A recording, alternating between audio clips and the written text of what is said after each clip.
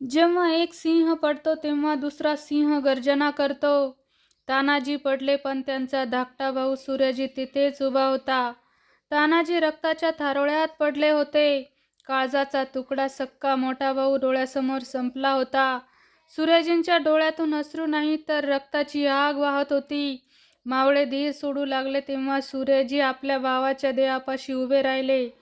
तिकडे 80 वर्षाचे सेलार मामा पिसाळले होते. ज्या बाच्याला स्वतःच्या हातावर खेळवलं, ज्याला युद्ध कला शिकवली, तो तानाजी आज रक्ताने न्हाऊन समोर पडला होता. शेलार मामांनी पाहिलं, स्वराज्याचा हिरा आज मातीत पडलाय. मावळे मागे पळू लागले होते. त्यांना वाटलं आता सगळं संपलं. पण मामांना ठाऊक होतं, जर आज मावळे मागे फिरले तर तानाजींच्या बलिदानाचा अपमान होईल.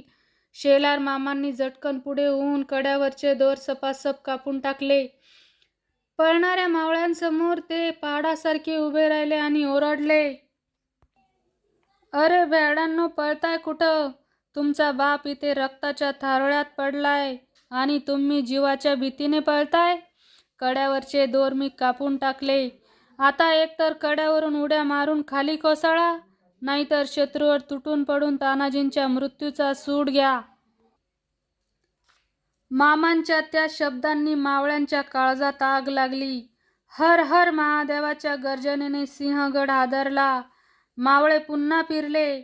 सूर्यजींनी तलवारीने शत्रूचे मुर्दे पाडायला सुरुवात केली. सूर्यजी ओरडले, मावळ्यांनो, तानाजींनी स्वराज्यासाठी रक्ताचं पाणी केलं. आता मागे हटलात तर तानाजींच्या आत्म्याला काय उत्तर द्याल? तुटून पडा शत्रूवर. भावाच्या बलिदानाचा सूड घेण्यासाठी सूर्यजी काळ बनून धावले. एका बाजूला सक्का मामा आणि दुसऱ्या बाजूला सक्का भाऊ. कोंढाणा या 2 वाघांच्या पराक्रमाने हादरला. सूर्यजींच्या नेतृत्वाखाली मावळ्यांनी पुन्हा झेप घेतली. उद्देवानाच्या सैन्यांचा खात्मा झाला आणि कोंढाण्यावर भगवा फडकला. भाऊ पडला रणांगणी तरी सूर्यजी डगमगला नाही. रक्ताचं नातं होतं पण तो कर्तव्यापासून ढळला नाही.